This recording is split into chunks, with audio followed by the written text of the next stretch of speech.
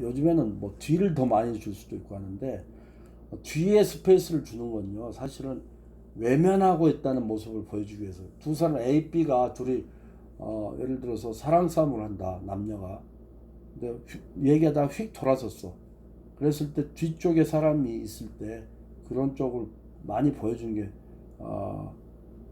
그 특이한 상황의 스페이스인데, 루킹룸인데, 요즘에는 어, 드라마의 야외 촬영 보면 그런 쪽을 전혀 상관없이 많이 보여주더라고요. 특이한 뭐 창의적인 생각이라고 하는 것 같은데, 선생님이 봤을 때는 별로 의미가 없는 것들을 그렇게 하는데, 이전에 어떤 촬영 문법들을 괜히 거부하고 싶은 느낌들이 있는 것 같아서 그런 것 느낌이 듭니다. 안정감은 없습니다. 안정감, 기본적인 고전적인 스페이스는, 루킹룸은, 자, 옆에서 촬영을 했을 때 코끝이 정중앙에 들어오면 됩니다. 눈이 한쪽만 보였을 때, 눈이 한쪽만 보였을 때, 앞에서 정면에서 촬영할 때, 이 사람이 화면에서 봤을 때, 왼쪽을 보고 있을 때는 왼쪽 눈 한쪽만 보였을 때, 코끝이 중심이 정중앙에 있는 게 안정된 그림. 그 다음에 양쪽 눈, 오른쪽 눈도 약간 보일 정도로 화면에서 돌아섰을 때, 카메라 쪽으로 봤을 때 미간입니다. 미간이 중심이 돼야 돼요. 이게 루킹룸의 정석입니다. 필드 오브 뷰라는 거는 이제 나중에 촬영 파트에서 얘기를 해야 되는, 너무 복잡합니다. 이거는 그 포커스 부분도 있고요. 뎁스 오브 포커스도 있고 뎁스 오브 필드라는 게 있어요. 그래서 이 부분에 대한 거는 굉장히 디테일하게 설명해야 되니까, 필드 오브 뷰라는 건 배경입니다. 배경을 드라마에서 예를 들어서 배우들을, 특히 여자 배우 같은 경우 예쁜 얼굴들 잘 보여야 되는 어떤 촬영 감독의 의무가 있어요, 사실은. 그래서 그러기 위해서는 배경에 예를 들어서 꽃밭에서 찍는 여배우라 그러면 꽃이, 화려한 꽃들이 배우들하고 같이 바스트로 이렇게 나오면 어때요? 꽃에 시선이 많이 갈 수가 있어요. 그럴 때는 망원 렌즈를 통해서 멀리서 당겨서 뒤에 배경이 흐릿해져요. 색상 정도만 나오게 됩니다. 그래서 앞에 있는 여자 주인공 얼굴이 굉장히 돋보이게 할 수 있는. 그래서 배경을 중심으로 해서 피사체, 특히 인물을 잡을 때는 굉장히 그런 부분에 대해서 생각을 해줘야 돼요. 뭐 한 가지만 더 재밌는 얘기를 해준다면, 우리가 드라마 같은 경우서 리허설을 할 때요, 카메라 리허설은 없습니다. 얘는 쇼 프로그램에서는 드라이 리허설하고 카메라 리허설도 하지만, 드라마는 시간 관계상 그냥 드라이 리허설만 해요. 연기 동선만 보는 거예요. 대사 맞춰보고.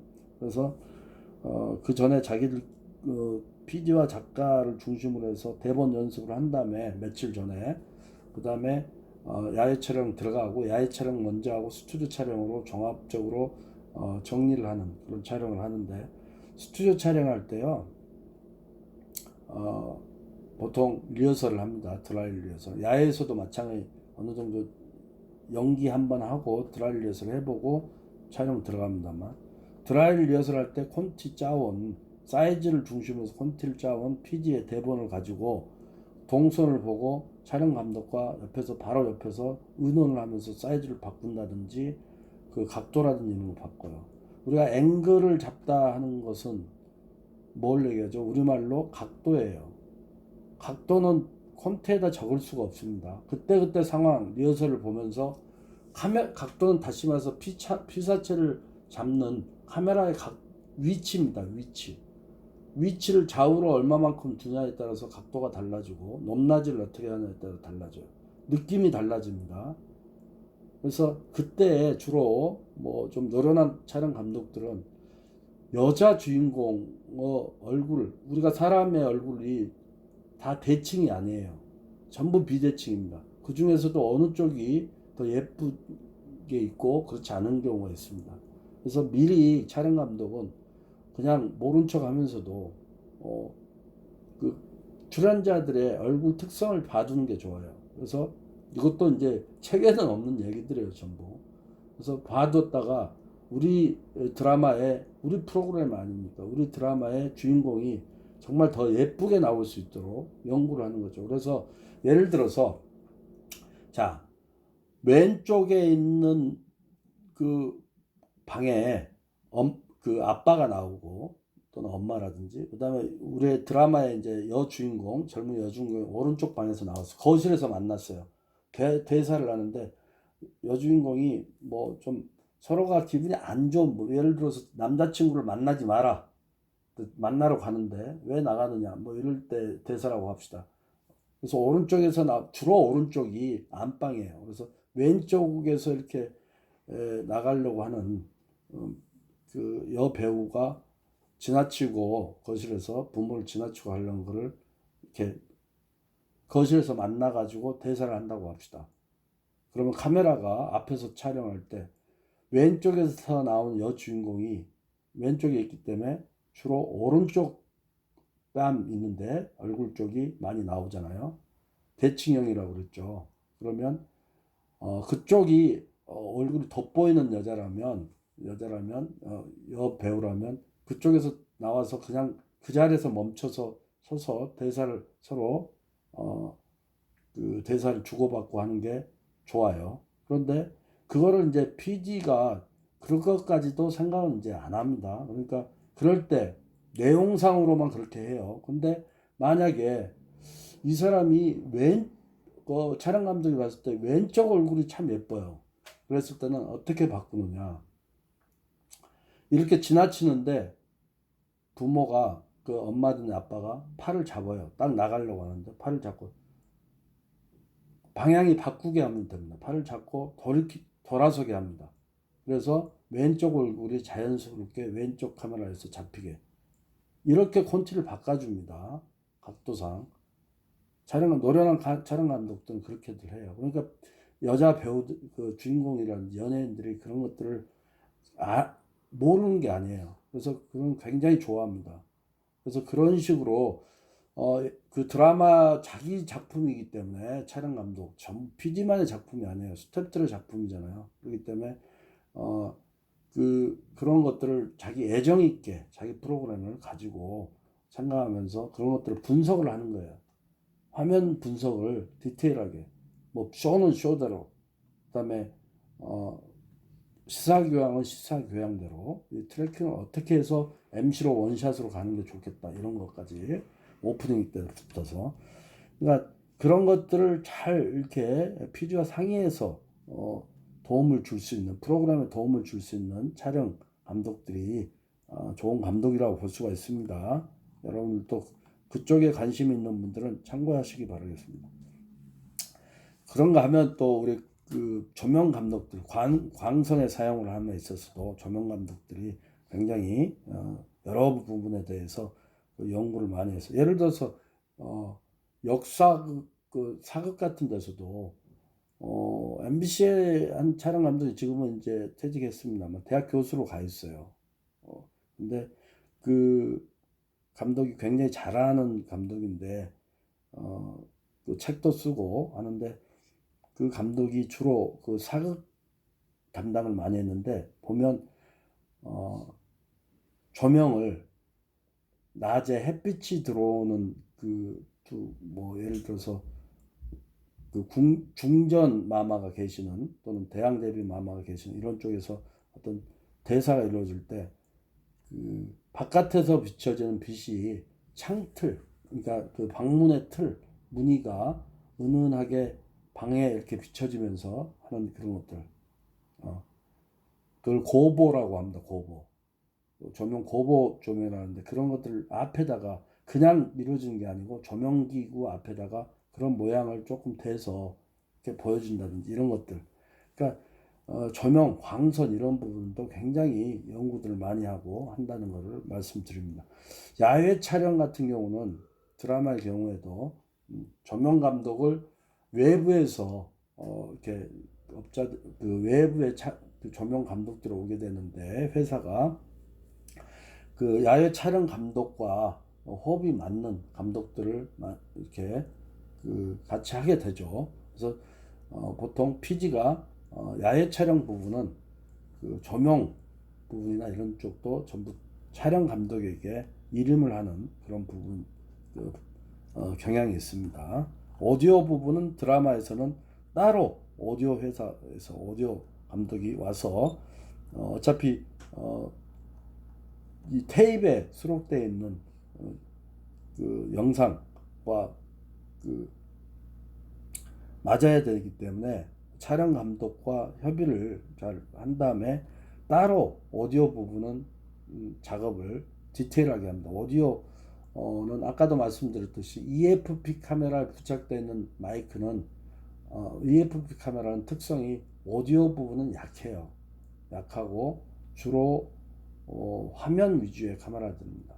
ENG 카메라는 현장성, 현장의 그 상황을 그 화면도 화면이지만 화면이 약간 거칠어도 오디오가 정확하게 픽업이 될 수 발달되어 있기 때문에 ENG 카메라는 오디오가 우수하다는 그런 내용을 아까도 말씀드렸죠.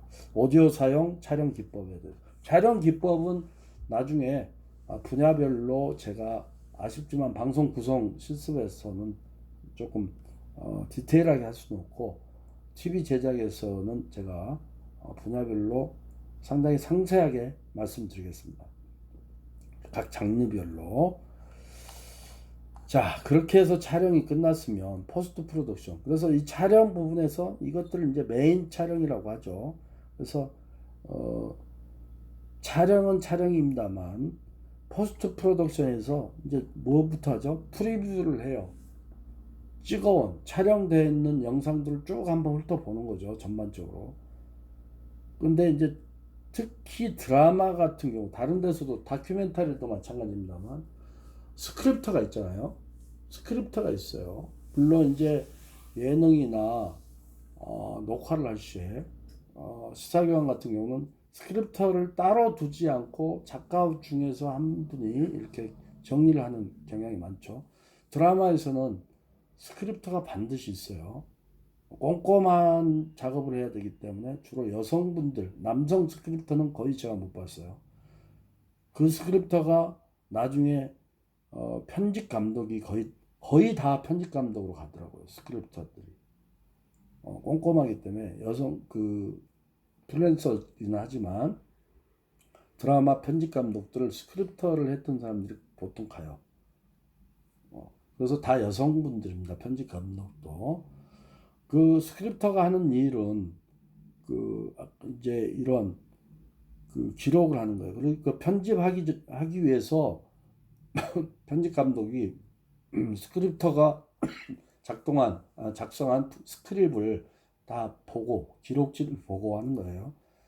특히 드라마는 대본대로 촬영을 하지 않고 그 대본과 달리 그 효율성을 가지고 야외는 야외대로 수투는 수투대로 대본은 이어지는 내용이지만 다르게 다른 날 촬영을 하고 장소단 그렇기 때문에 스크립터가 하는 역할은 굉장히 중요합니다. 기록을 반드시 NG 노굿이죠. 촬영을 하는데 테이크 몇 번, 시퀀스, 씬, 그다음에 테이크 이렇게 되죠. 테이크랑 하면 컷과 샷이 있죠. 컷하고 같은 말이에요. 테이크란 말은.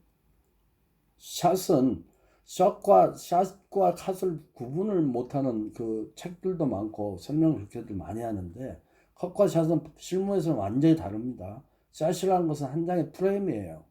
아까 얘기한 사이즈를 얘기할 때라든지 뭐 어떤 사람은 미학적 부분 또는 그 학문적 부분에서 샷이라고 얘기하고 컷은 실무적 차원이라고 얘기하는 천만의 말씀입니다. 전혀 다른 얘기예요. 실무에서도 샷을 써요. 샷은 한 장의 프레임을 얘기하는 거예요. 샷은 정확하게 아세요. 다 틀렸어요. 책에 나오는 거는. 서점에서 이렇게 책들을 쭉 보면 촬영 서적들을 보면 다 그렇게 써 있어요. 다 틀립니다. 그래서 샷은 한 장의 프레임이에요. 그 프레임 얘기하는 거고, 사이즈를 얘기할 때도 샷을 얘기하는 거고, 컷이라는 것은 한 장의 프레임이 아닙니다. 자, 우리가 영화에서 얘기할 때 레디, 고, 그 다음에 방송에서는 스탠바이 큐죠. PD가 이렇게 사인을 하고 영화는 영화 감독이 사인을 합니다. 주로 어떻게 합니까? 영화에서는 레디 카메라 액션 이렇게 들어갑니다. 말로 했을 때 액션이 들어가면 액션은 나중에 잘라내면 돼요. 근데 이 방송에서는 스탠바이 해서 카메라, 그다음 카메라 작동이 됐는지 그러면 촬영 감독이 신호를 줍니다. 카메라 스타트 신호를 줘요. 돌았다 이거죠. 테이프이 돌고 영화에서는 필름이 돌아야죠. 수록 일단은 작동이 돼야 돼요. 액션을 먼저 하면은 기록이 안 되는 거예요. 그래서 카메라부터 작동한 다음에 액션이 나와야죠. 그래서 몇 초 후에 액션이 시작되는 거죠. 드라마나 영화에서. 그리고 나서 그 촬영이 시작되면서 뭐 셔터가 사진관에서 한 장의 사진은 찰칵 소리를 나서 조리개가 열리고 닫히는 빛이 들어오고 닫히는 소리예요. 한 장의 샷, 한 장의 프레임이 찍히는 순간입니다. 그런데 영화는 24프레임, TV는 30프레임으로 1초 동안에 찍히는 프레임 수예요. 그래서 어떻게 들립니까? 셔터 소리가 1초 동안에 30장 방송 같으면 찍히면 찰칵찰칵 이렇게 되는 게 찰칵 소리가 나는 거예요. 열리고 닫히는 게. 그래서 아주 슬로모션 자세히 보면요. 옛날 패스트 모션 필름이 구했을 때는 24프레임의 필름을 20프레임을 찍고 16프레임을 찍었을 때 일단 찰리 채플린 같은 사람들 나올 때 이럴 때는 동작이 끊겨 나오잖아요. 그걸 많이 찍었을 때는 1초에서 24프레임을 30프레임이나 영화 같은 35프레임 이렇게 6프레임 찍으면 구분 동작이 더 자세히 나오니까 슬로우 모션이 되는 겁니다. 반대로 적게 찍으면 패스트 모션. 그때를 보면 까맣게 잠깐씩 보이는 장면들이 나와요. 샤타가 닫혔다 열렸다 하는 겁니다. 그게 자세히 보면 TV도 마찬가지예요. 그걸 프레임 수를 적게 찍으면 나 프레임 수를 많이 해서 찍으면 슬로우 모션이 되는 겁니다. 자, 어쨌든 그렇게 해서 촬영하는 것들이 자 레디 또는 저 스탠바이 방송으로 얘기를 할게요. 같은 얘기니까 스탠바이 카메라 해서 액션 됐어요. 찰럭 소리가 나서 자 스타트해서 카메라가 스타트를 해서 수록이 테이프에 장면들이 수록되는 순간부터서 컷 PD가 컷 사인을 주고 촬영 감독 컷한다고 바로 멈추지 말고 1, 2초, 2, 3초를 여유를 주는 게 좋아요. 편집용으로 디졸브를 한다든지 나중에 이어붙이는데 그래서 노련한 카메라 감독들은 항상 컷한다고 바로 하는 게 아니고 한 2, 3초 여유를 줍니다. 자 어쨌든 실무적인 얘기고요. 그래서 거기까지를 컷이라고 얘기하는 겁니다. 컷. 테이크라고도 얘기해요. 롱 테이크, 숏 테이크라고도 하죠. 테이크 굉장히 긴 장면들을 오랫동안 몇 분 동안 계속해서 촬영하는 거 카메라 돌아가는 그게 롱 테이크예요. 컷이라고 얘기합니다. 편집에서도 잘라내는 그 커팅 그 자체를 컷이라고 합니다. 여러 프레임을 이어거나 잘라내는 걸 컷이라고 얘기를 해요. 촬영할 때는 그 카메라가 작동하면서 멈출 때까지를 컷이라고 얘기해요. 아시겠죠? 그걸 컷과 샷을 구분을 해야 돼요. 근데 거의 대부분이 그 실무하는 사람도 헷갈리는 경우들이 많아요. 그리고 특히 실무를 안 하신 분들은 완전히 이해하기가 좀 이해를 못하는 부분들이 있더라고요. 모든 책에 그렇게 나와 있으니 좀 답답한 부분이 있습니다. 여러분은 이제 앞으로 그 부분에 대해서 혼돈을 갖지 않도록 하십시오. 그 컷이 모여서 씬이 되는 겁니다. 그 다음에 씬이 모여서 시퀀스가 되는 거예요. 그래서 누차 제가 말씀드리지만 시퀀스는 연극이나 뮤지컬에서 막이에요. 막 공연 예술에서는 막. 그리고 커튼을 내리는 겁니다. 휴게 시간도 주고 막이 1막 2장 3장 하듯이 막. 그 다음에 씬이라는 거는 장이에요. 장. 연극이나 뮤지컬에서. 그래서 우리가 이왕 얘기가 나왔으니까 말씀드립니다. 포스트 프로덕션에서 반드시 있어야 되니까. 장은 연극에서 장은 씬인데, 씬은 주로 어떤 것들을 씬이라고 하냐면, 여러분들이 아주 알기 쉽게 말씀드릴게요. 어떤 그 가까운 시간의 흐름, 장소의 변화를, 주로 장소의 변화를 줄 때 씬을 얘기해요. 뭐 내용이 바뀌겠죠. 그러니까 내용은 말할 것도 없이. 그리고 시퀀스는 구분할 때 오랜 시간이 흘렀을 때를 얘기합니다. 장소는 말할 것도 없고 내용도 마찬가지. 예를 들어서 예를 들게요. 어떤 사랑하는 두 남녀 연인이 우리 자주 보잖아요. 드라마에서도 영화에서도 보고 인천공항에서 서로 이렇게 인천공항에서 헤어지는 뭐 여자가 됐든 남자가 됐든 가족이 이민을 간다든지 또는 유학을 떠난다든지 이랬을 때 헤어지는 장면이 나왔어요. 그리고 거기서 헤어지는 장면에서 주로 뭐가 나오죠? 마지막 비행기가 멀리 떠나는 장면으로 하고 그 다음에 일단락되고 바로 뭐가 나와요? 비행기가 다시 돌아오는 오는 방향으로 화면 안쪽으로 이렇게 오는 방향으로 시작되면서 비행기에서 내리는 여성 또는 남성이 완전히 나이가 많이 먹거나 나이가 많이 들거나 세월이 많이 흐른 그런 모습으로 등장하는 이게 시퀀스예요. 시퀀스. 그럼 당연히 많은 변화가 있겠죠. 장소에서도. 뭐 의상은 뭐 더할 것도 없이. 그래서 연극이나 뮤지컬에서는 막이 커튼을 내려놓고 시간이 많이 흘렀으니 어떻게 되겠어요? 청년이었던 사람이 그 장년이 되고 노년이 되잖아요.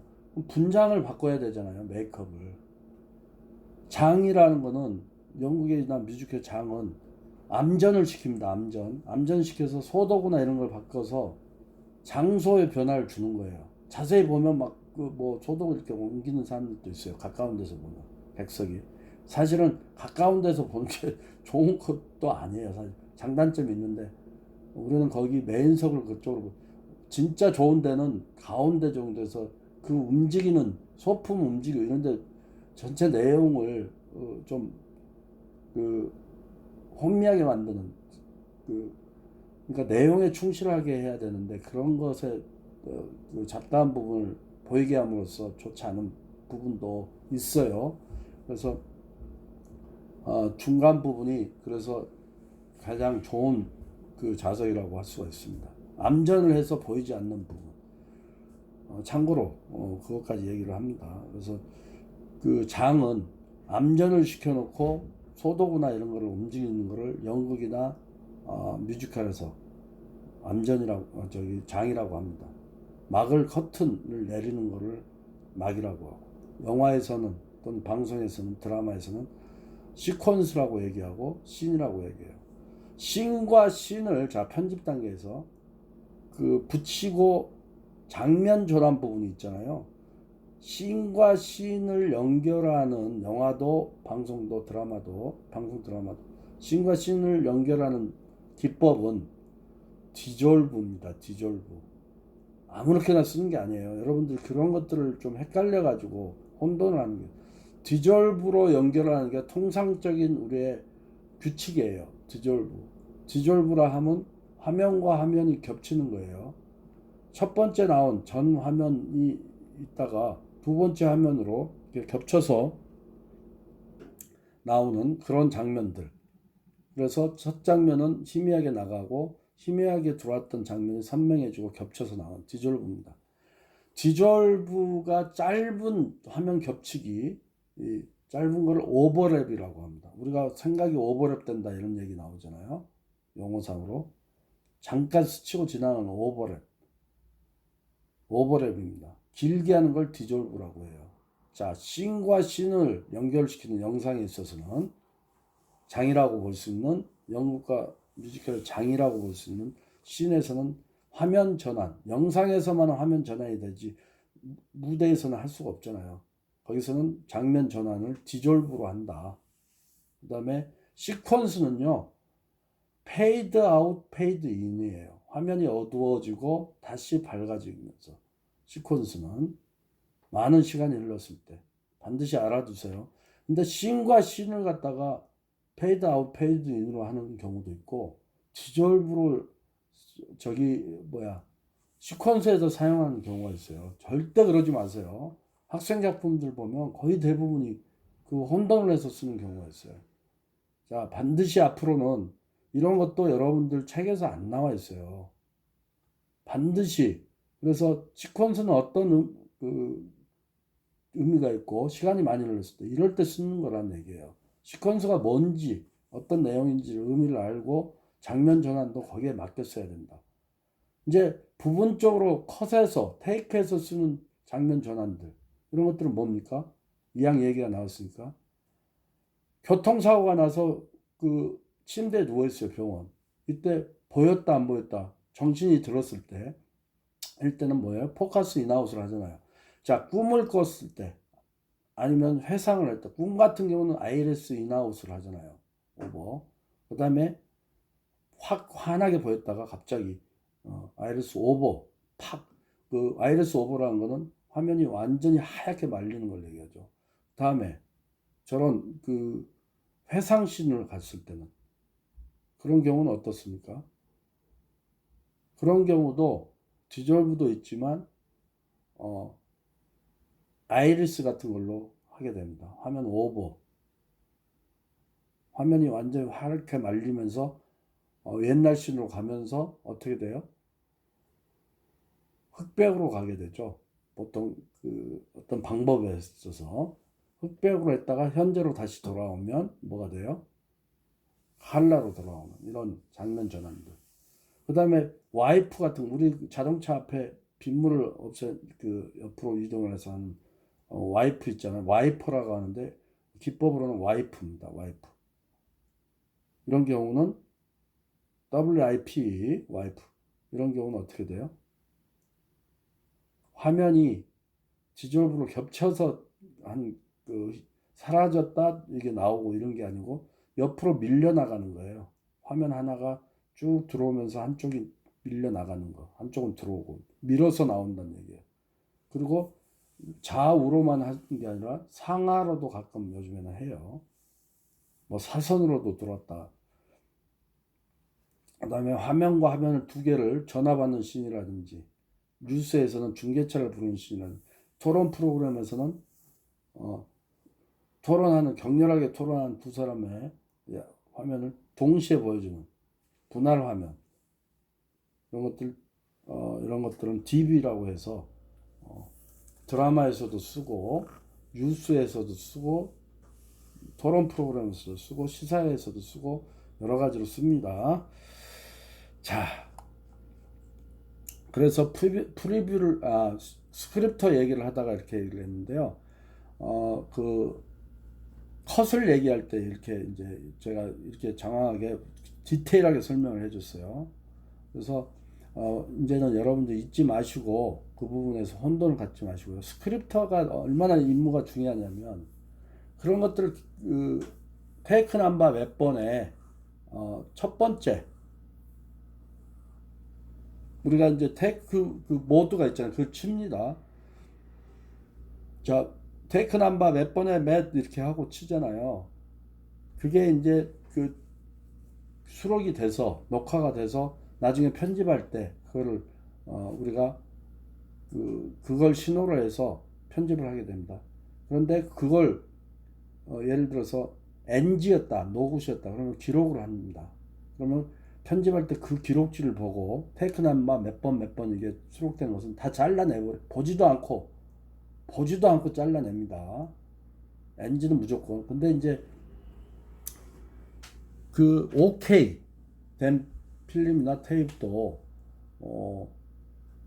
우리가 그 보통 현장에서 쓰는 말로 살려놓고 다시 한번 갑시다. 살려놓고. 그러니까 좋긴 한데 뭔가 2% 부족한 게 있으니까 한번 다시 한번 촬영 들어갑시다. 살려놓고. PD들이 주로 얘기를 해요. 그러면 OK인데 OK 1번, 2번이 있을 수가 있어요. 그거는 나중에 PD가 결정을 해야 됩니다. 스크립트를 보고 1번, 2번 기록지를 보고 화면을 보면서 좋은 거를 골라서 쓰면 됩니다. 그래서 스크립이 굉장히 중요합니다. 기록지가 스크립터. 또 스크립터는 어떤 어, 영향을 미치느냐. 이 스크립이 있음으로써 뭐예요? 스크립터는 사진을 찍어요. FD하고 같이, AD하고 같이 현장을 사진을 반드시 찍습니다. 인물 사진을. 그리고 붙여놔요. 왜? 순서대로 찍지를 않기 때문에 연결을 해줘야 돼요. 스토리 연결을 해야 되면 어떤 게 중요하죠? 의상이라든지, 그 다음에 또 액세서리라든지, 메이크업이라든지, 그 다음에 신발이라든지 이런 것들 굉장히 중요합니다. 그런 것, 분장이라든지 이런 것들이 중요하기 때문에 그런 거를 어, 어, 연결을 시켜줘야 되기 때문에 스크립터의 그 임무는 또 그런 부분도 있다는 얘기입니다. 내용에 연결을 시키기 위해서 기록을 한다. 그래서 AD를 통해서 스크립터가 AD를 통해서 매니저나 코디들한테 연락을 해서 다음 씬은 어떤 그 몇 번 대본의 몇 번째 씬에 몇 번 커트지기 때문에 남바가 몇 번이니까 내용이 어떤 거고 하니까 사진으로 요즘에는 휴대폰이 발달돼 가지고 아주 좋죠. 전송을 시켜줘요. 자, 이전에 의상과 또는 액세서리하고 매치가 돼야 됩니다. 안경을 썼어요. 선글라스를 반드시 준비해야 됩니다. 안경 쓴 상태에서 전철에서 내려서 집 쪽으로 걸어온 씬이었어요. 또는 카페로 들어가는 씬이었어요. 자, 안경을 벗으면 안 됩니다. 안경 반드시 있어야 돼요. 뭐 이런 거라든지 스튜디오로 들어오는 씬에서 그런 것들을 스크립트가 다 기록을 해서 AD한테 연락을 해주면 AD가 그걸 받아서 매니저나 코디들한테 해서 반드시 그게 연결이 돼야 돼요. 연결이 안 돼서 다시 촬영한 경우 되게 많습니다. 드라마. 그러니까 요즘에는 코디네이터들의 차에다가 자기 차에다 의상을 드라마 전체에 나온 의상들 거의 갖고 다녀요. 신발도 그렇고. 연결이 혹시라도 틀려질까 봐. 자, 그렇기 때문에 그 스크립터들이 이런 중요한 임무들을 맡고 있기 때문에 나중에 편집 감독이 되는 경우들이 있어요. 그 편집은 이런 것들이 다 연결 부분에 꼼꼼한 그 부분이 있어서 편집을 막 배워가지고 엄청 어깨너머 배우고 또 정식으로 배워서 편집 감독이 되는 경우가 굉장히 많습니다. 확률적으로. 제가 아는 그 스크립터들도 편집 감독이 된 경우가 굉장히 많더라고요. 그래서 프리뷰라는 거는 전체적으로 한 번씩 보면서 NG라는 거는 다 걷어내는 겁니다. 그리고 또 중요한 거는 뭐냐면요. 프리뷰에서 전체 보면서 PD랑 AD들을 보면서 뭘 보는 거죠? 이거 전체를 보니까 어떤 게 빠졌네. 우리가 촬영하려고 하는 부분이 어떤 게 빠졌어요. 인서트라든지 이런 것들이 빠졌어. 이거 좀 더 다시 찍어야겠는데 뭐 좀 더 보충해야겠는데 보충 촬영입니다. 보충 촬영은 그래서 포스트 프로덕션의 편집 단계 그 프리뷰를 보면서 아쉬운 부분들 이런 것들 보충 촬영. 그 다음에 재촬영이라는 거는 이거 보니까 테이블 보니까 그때 현장에서는 우리가 믿고 촬영은 믿고 했는데 이거 완전히 그 잘못됐다. 큰일 났다. 그래서 잘못 촬영이 됐다. 그래서 일단 재촬영을 하는 겁니다. 아시겠죠? 팩트와 인서트 컷 부분은 메인 우리 내용을 얘기하는 거고 인서트 아프리카에서 맹수들이 기다린 매약이죠. 다큐멘터리 기다렸다가 그 초식 동물들을 잡아먹는 이런 맹렬한 음악과 함께 일단 나레이션이 필요가 없어요. 영상이 강렬하기 때문에 음악과 함께 빠른 음악 템포에 뭐 북소리라든지 와 함께 이런 팩트 내용들을 하고 그 다음에 그 맹렬하게 그 포식을 한 다음에 그 맹수 가족들이 와서 새끼들이랑 와서 그 음식을 아니 그러니까 그 동물을 먹는 그들에게는 음식이 되겠죠. 그 장면들을까지 보여주고 아주 그 잔인하고 맹렬한 우리가 봤을 땐 잔인하게 보이지만 인간보다 더 음식을 먹을 때 잔인한 사람 뭐 어딨겠습니까? 동물 우리 뭐 튀겨 먹고 뭐 살아있는 산낙지도 그 물속에 들어가서 끓이는 고통스러운 산낙지는 얼마나 고통스럽겠습니까? 그것도 그 남녀노소 할 것 없이 즐거운 모습으로 가족 단위 그 외식을 할 때는 이게 보지 않습니까? 이 동물들은 맹수들은 아프리카에서 살기 위해서 생존의 의미에서 그렇게 하지만 좀 뭐 여담이었습니다만 어쨌든 그러한 맹렬한 그 광경을 지나서 아프리카의 평온한 석양 모습이라든지 또는 아침 분위기 장면 전환을 하면서 아침 분위기로 가는 그리고 나레이션이 나오고 이런 장면 이걸 이제 인서트라고 얘기를 해요. 본 내용과는 상관없는 그 어떤 그 장면 전환용이라든지 어떤 내용의 전환 이런 것들을 할 때 인서트 메시지 through 그다음에 위트라든지 사인 이런 것들을 그래서 메시지는 전달하고자 하는 그 내용이겠죠. 그리고 through 진실돼야 되고 위트 사인 기호학적으로 그다음에 어떤 재미라든지 유머스러운 이런 것들 위트 기승전결 어디에 사용할 것인가를 결정한다. 기승전결 중 어디에 사용할 것인 결정. 그 다음에 삽입 장소 등 정확한 내용을 파악을 해야 된다. 그래서 프리뷰를 하면서 이런 또 기승전결 이런 것들을 구성함과 함께 생각하는 그런 것들입니다. 그 다음에 화면들을 어디에다 배치할 것이 이런 것들을 생각하는 거예요. 그게 프리뷰 과정입니다. 그 다음에 이제 편집 과정에서 그 다음에 이제 구성안 작성. 자 오늘은 오늘 또 얘기를 하다 보니까 상당히 길어졌어요. 그래서 오늘은 여기까지 선생님 얘기를 하고 여러분들에게 실무적인 차원 또는 책에 없는 자료에 없는 것들을 하나라도 더 여러분들에게 빠트림 없이 전달을 하고자 선생님이 하다 보니까 항상 욕심이 생겨서 길어지는 경향이 있는데 좀 이해해 주시고요. 여러분들에게 도움 됐으면 좋겠습니다. 오늘 여기까지 하고 다음 주에는 팀 구성을 합니다. 팀 구성을 하면서 남은 시간 동안 나머지 부분을 제가 또 올려드리겠습니다. 그걸 나중에 팀 구성한 시간에 다음 주 하는 시간에 여러분들 같이 감상을 수강하는 하고 감상을 하시고 소감을 나중에 적어주세요. 자 오늘은 장시간 동안 수고 많으셨어요. 오늘 여기까지 할게요.